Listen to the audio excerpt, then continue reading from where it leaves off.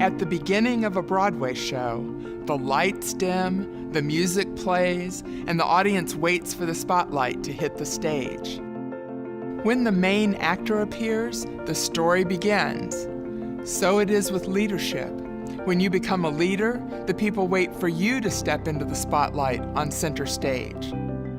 All eyes are fixed on you, waiting to see who you are, waiting to see what you will say and what you will do. After all, you are the leader. What if the spotlight appeared on that stage and you were not in it? What would happen then? The people would be confused. They would wonder where you were. They would think that you didn't understand your role until they realized that you are a different kind of leader. You're not seeking the spotlight.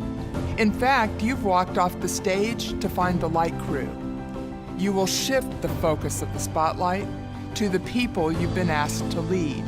You will lead the people to daring destinations far beyond their imagination. You will focus intensely on serving them well along the journey. You will help them discover meaning in their work and principles in their actions. You will dare to serve.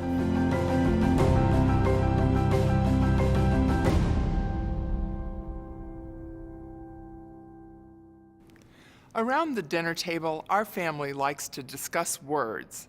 This habit comes from my husband of more than 30 years. He cares deeply about the proper use of words.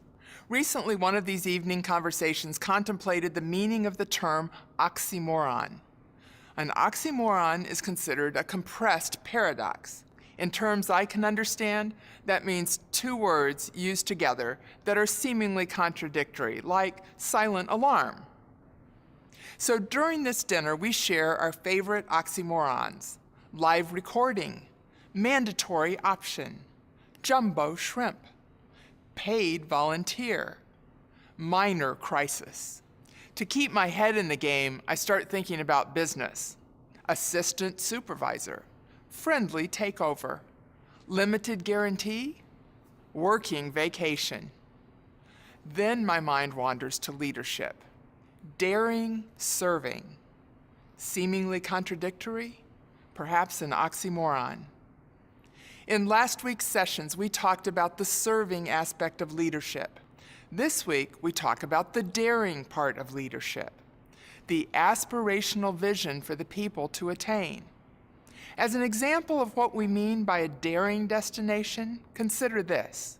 When we first began the turnaround efforts at Popeyes, the people were hardworking and caring people, to be sure, but they did not know why they were working so hard.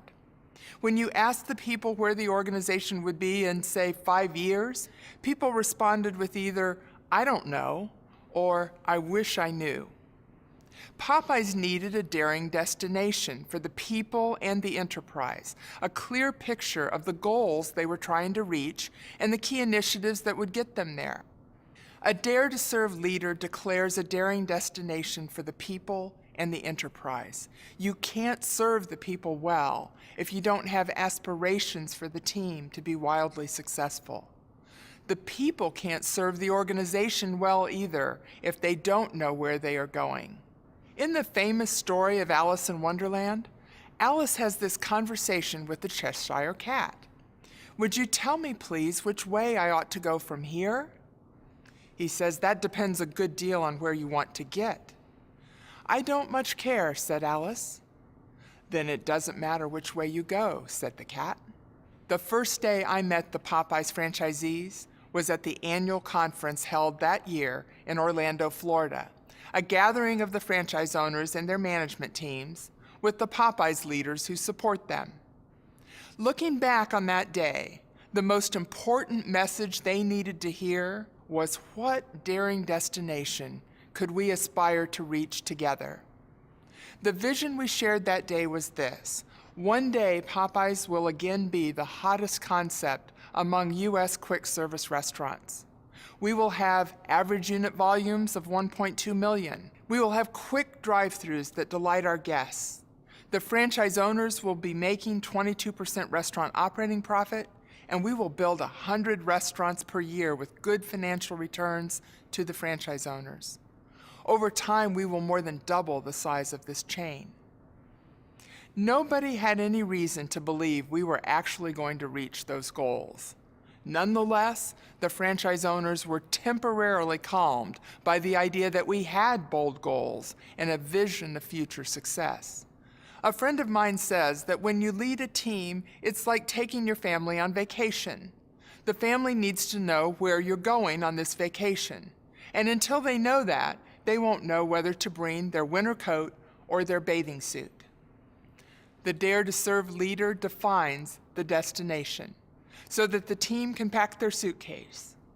This is the job of the leader, to cast a bold vision, a picture of the future. Perhaps this is easier to see in the course of history than in our daily lives. Would you agree that Mother Teresa had a bold, courageous vision for her ministry? Would you agree that Martin Luther King Jr. had a breakthrough idea in mind for our nation? Would you agree that most of the remarkable and remembered leaders in history established a daring destination for their followers?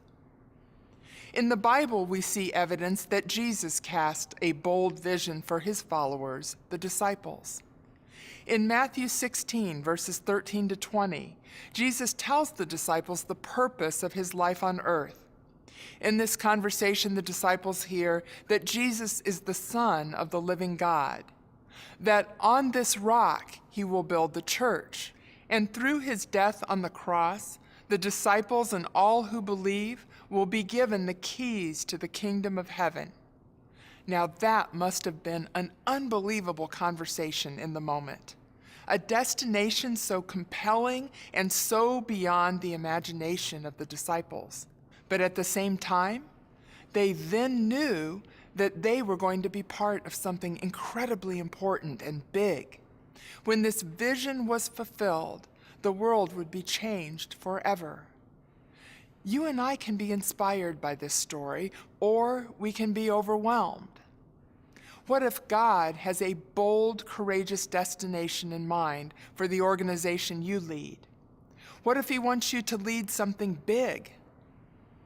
I find comfort in many of the leaders God has chosen. The disciples were not religious scholars with PhD degrees. They were ordinary people, fishermen and tax collectors.